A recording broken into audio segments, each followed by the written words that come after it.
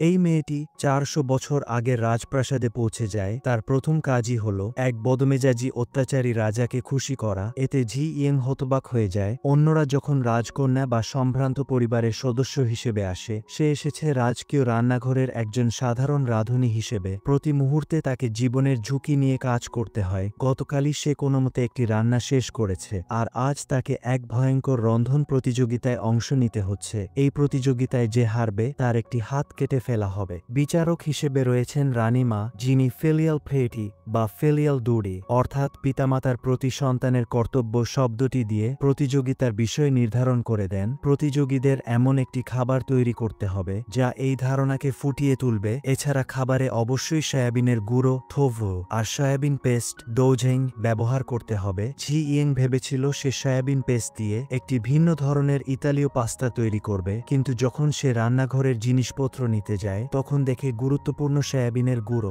আর paste অন্য দুজন রাঁধুনি নিয়ে গেছে। ঝি ইয়েং শুধু কিছু ভাঙা সয়াবিন গুঁড়ো পায়, তবে একজন ভালো মনের কর্মচারী তাকে রান্নাঘরের পেছনে নিয়ে গেলে সে সেখানে কিছু পুরনো সয়াবিন পেস্ট খুঁজে পায়। প্রতিযোগিতার জায়গায় ফিরে দেখে অন্য দুজন রাঁধুনি মুরগি ও মাছ রান্না করছে। রানীমা তাদের রান্না দেখে সন্তুষ্ট হয়ে মাথা নাড়েন, কিন্তু ঝি ইয়েং তখনও ময়দা মাখতে ব্যস্ত। বিচারকদের মধ্যে সবাই ঝি ইয়েংকে দুর্বল বলে মনে করে, অন্য প্রতিযোগীরাও তাকে নিয়ে মজা করে। একজন তো বলেই বসে, ঝি ইয়েং এর এই সাধারণ পাস্তা কোনোভাবেই জিততে পারবে না। কিন্তু ঝি ইয়েং হঠাৎ তার পরিকল্পনা পরিবর্তন করে সয়াবিন পেস্ট আনতে যাওয়ার সময় কর্মচারীটি তাকে জানায় যে রানীমা প্রাসাদে আসার পর থেকেই তার মায়ের হাতের তৈরি সয়াবিন পেস্টের ঝোলের কথা খুব মনে করেন। তাই ঝি ইয়েং ইতালীয় পাস্তা না বানিয়ে সেই ঝোলটিই তৈরি করার সিদ্ধান্ত নেয়। রানী মায়ের বাড়ি নদীর কাছে ছিল। এটা মনে করে ঝি ইয়েং ঝোলের স্বাদ ফিরিয়ে আনার জন্য বিশেষ একটি উপকরণের কথা চিন্তা করে। সে দ্রুত রান্নাঘরে ফিরে সেই উপাদানটি আনতে যেতে চায়, কিন্তু অন্য প্রতিযোগীরা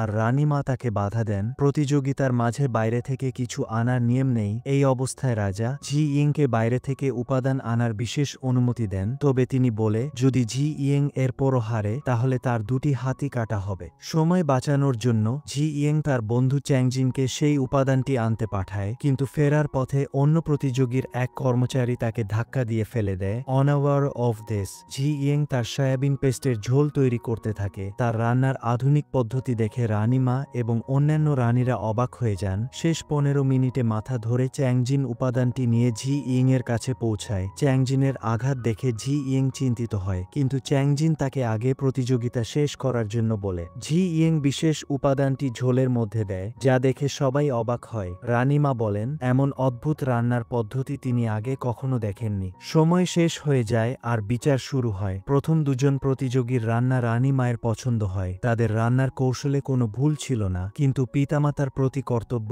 বিষয়টি ফুটিয়ে তোলার ক্ষেত্রে তাদের রান্নায় কোনো গভীরতা ছিল না। এতে রানীমা আর ইউন সেওকগুনের মধ্যেকার পুরনো মনোমালিন্য স্পষ্ট হয়ে ওঠে। সবশেষে ঝি ইয়েং এর ঝোলটি পরিবেশন করা হয়। ইউন সেওকগুন এক চামচ খেয়ে এর অসাধারণ স্বাদ বুঝতে পারেন। রানীমাও এক চামচ খেয়ে দ্বিতীয় চামচ নেন। এই দেখে অন্য প্রতিযোগীরা ভাবে রানী মায়ের এটি পছন্দ হয়নি। ঝি ইয়েং যখন তার রান্নার ব্যাখ্যা দিতে যাচ্ছিল তখন রানীমা তাকে থামিয়ে বলেন এই সাধারণ ঝোলটি তার মায়ের হাতের রান্নার স্বাদ ফিরিয়ে এনেছে। রানীমা ঝি ইয়েংকে সেই বিশেষ উপাদানটির নাম জিজ্ঞেস করেন। ঝি ইয়েং জানায় এটি ছানজিন নদীর এক ধরনের ঝিনুক খোল্যাম। এই ঝিনুকই সেই সতেজ ও সুস্বাদু স্বাদের রহস্য যা রানীমা এতদিন ধরে খুঁজে চলেছিলেন। এছাড়াও ঝি ইয়েং ঝোলে পালং শাক ব্যবহার করে, যা হাড়ের স্বাস্থ্য আর রক্তশূন্যতার জন্য উপকারী। ঝি ইয়েং এর আন্তরিকতা আর রান্নার গভীরতা দেখে রানীমা আর উপস্থিত সবাই মুগ্ধ হন। ঝি ইয়েং নিঃসন্দেহে বিজয়ী হয়। প্রতিযোগিতার নিয়ম অনুযায়ী অন্য দুই প্রতিযোগীর একটি করে হাত কাটা হবে। ঝি ইয়েং তাদের পক্ষ থেকে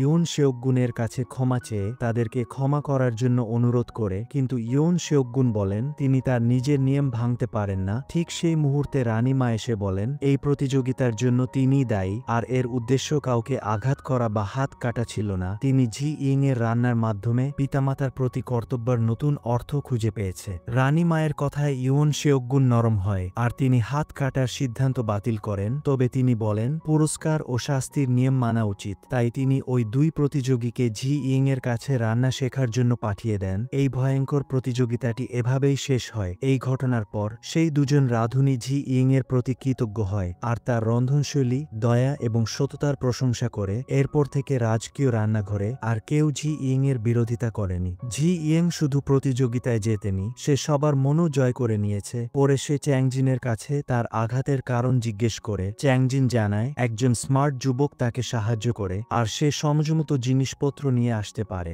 জি ইং স্বস্তির নিঃশ্বাস ফেলে। এর মধ্যে ইনসঙ্গজা নামের একজন কর্মচারী গোপনে তাদের ডেকে আনে। সে জি ইংকে কিছু সুন্দর পোশাক ও গহনা দেয়। সে জি ইংকে ইউন সেওকগুনের কাছাকাছি যাওয়ার জন্য উৎসাহিত করে, কারণ ইউন সেওকগুন সুন্দর নারীদের পছন্দ করে। কিন্তু জি ইং ব্যাখ্যা করে ইউন সেওকগুনের সাথে তার কোনো বিশেষ সম্পর্ক নেই। ইনসঙ্গজা জি ইং এর কথায় কান দেয় না আর বলে যে তার রান্না দিয়ে সে সবাইকে মুগ্ধ করতে পারে। সে জি ইংকে ইউন সেওকগুনের কাছে যেতে বলে। সেই মুহূর্তে ইউন সেওকগুনের কর্মচারী এসে একটি দুঃসংবাদ দেয়, ইউন সেওকগুন অসুস্থ হয়ে পড়েছে। কর্মচারীটি ওয়ার্নস যে আজ রাতে যে তার জন্য খাবার নিয়ে যাবে তাকে খুব সাবধানে থাকতে হবে, কারণ ইউন সেওকগুন অসুস্থ অবস্থায় আনপ্রেডিক্টেবল হয়ে যান এবং রেগে গেলে যে কোনো সময় কারো মাথা কেটে ফেলতে পারেন। জি ইং প্রথমবারের মতো ইউন সেওকগুনের অসুস্থতার কথা শোনে। সহকর্মীরা জানায় মাঝে মাঝে ইউন সেওকগুনের এমন হয়, অসুস্থ হলে তিনি নিজের ইমোশনস কন্ট্রোল করতে পারেন না, তার সারা শরীর কাঁপতে থাকে, তিনি অলিক কিছু শুনতে পান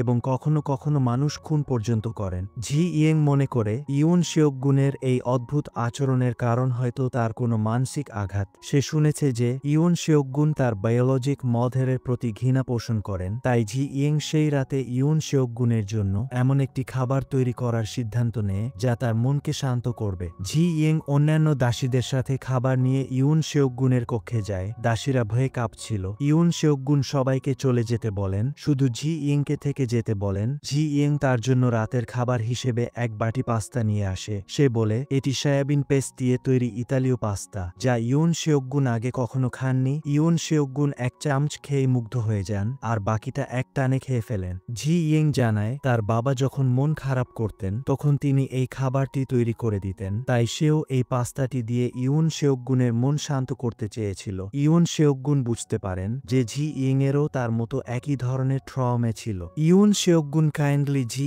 ইংকে তার বাবার কাছে কোনো খবর পাঠাতে চান কিনা জিজ্ঞেস করেন। জি ইং জানায় তার বাবা ভবিষ্যতে আছেন। নিজের কথা প্রমাণ করার জন্য জি ইং তার পিঠের ব্যাগের কথা বলে, যা ইউন সেওকগুন ক্লিফের নিচে ফেলে দিয়েছিলেন। ব্যাগে ওয়ান ইজুনলু নামের একটি বই ছিল। জি ইং বলে বেটি খুঁজে পেলে তার কথা প্রমাণ করা যাবে। ইউন সেওকগুন আগ্রহ নিয়ে জি ইং এর ভবিষ্যতের কথা জানতে চান, কিন্তু জি ইং তাকে জানাতে সাহস পায় না যে ভবিষ্যতে ইউন সেওকগুন তার মায়ের মৃত্যুর প্রতিশোধ নিতে সমস্ত খৌরপট অফিসিয়ালসকে খুন করবেন আর পরে তাকে ক্ষমতা থেকে সরিয়ে দেওয়া হবে। তাই জি ইং শুধু তাকে বলে ভবিষ্যতে তার মানসিক স্থিতিশীল থাকতে হবে আর আশেপাশের মানুষদের থেকে সাবধান থাকতে হবে। ইউন সেওকগুন সেদিন রাতে তার ডায়েরিতে জি ইং এর কথা আর তার তৈরি করা প্রতিটি খাবারের কথা লিখে রাখেন। যখন জি ইং তার ভবিষ্যতের কথা জানায় তখন ইউন সেওকগুন তার ডায়েরির নাম রাখেন ওয়ান ইজুনলু। তিনি ডায়েরি লেখা শেষ করার সাথে সাথেই একটি অদ্ভুত ঘটনা ঘটে। জি